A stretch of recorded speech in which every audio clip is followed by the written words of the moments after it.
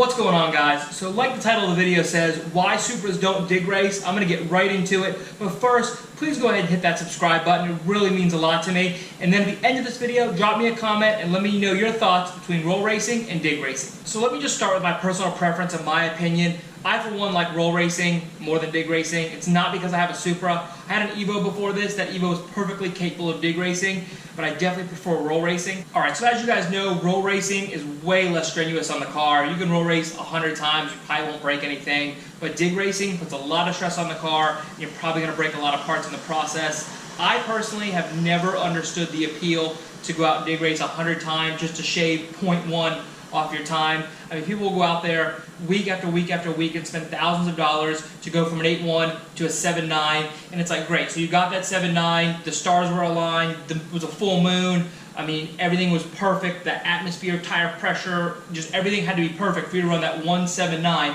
but then you'll run 100 more times and never run another 7.9 or whatever time you're trying to chase. I never understood the appeal of going out and doing that. For the average person, it's almost impossible for the average person to go out there and to run and run and run and run to try to chase that number and break their car a million times and spend a ton of money just trying to chase a number. So that's my personal preference as far as being less strenuous on the car, and from a fun aspect, I definitely prefer roll racing.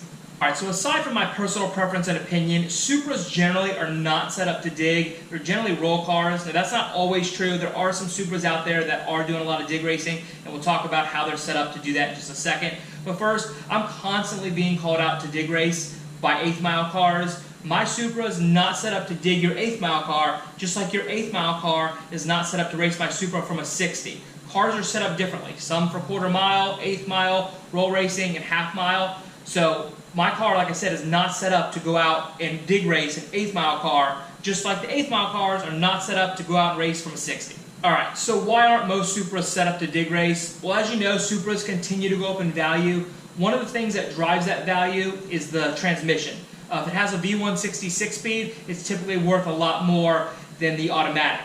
This car here does have a V160 6-speed. So in order to properly dig race, I would have to pull that out. I'd have to swap in a TH400. That swap in total is probably a little over 10 grand, at which point I would have a proper dig car with the transmission and then in the rear end. But I'm not going to do that. I'm not going to devalue the car by taking out a discontinued 6-speed transmission and swapping in a TH400 just so I can dig race. In addition to an automatic transmission, you'd also want to swap in a Ford 9-inch rear end. Again, you're talking another $8,000 to $10,000 just to do that swap. So to get ready for dig racing, you're probably in the $15,000 to $20,000 range. Right now I have a TRD LSD, and that's just perfect for roll racing. Alright, so forgetting about the automatic transmission, you can dig race a 6-speed Supra. I don't want anyone to think that you can't. There are some cars out there that are doing it, and they're running some really good times. However, you do need slicks and skinnies. You can't dig race a Supra at the track on radials. It'll create a whole lot of wheel hop, which will break a lot of things.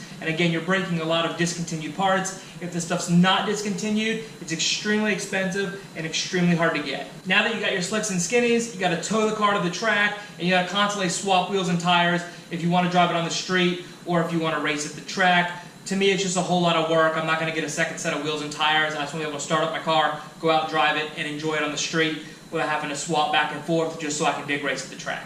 Guys, keep in mind, this is just a general broad overview. It's a lot more technical than just a transmission and swapping some wheels and tires to compare, dig racing versus roll racing. But those are just some of the main reasons, and those are the reasons why I don't dig race my car. The way the car sits right now, I could literally drive it from my house to a roll event, roll race all day. The chances of breaking something are not very likely, and then I could drive the car back home without having to swap any wheels and tires or do anything special. Drop me a comment below. Let me hear your opinion. Let me know why you think most Supras aren't out there dig racing. Again, thanks for watching. Be sure to like, comment, and subscribe.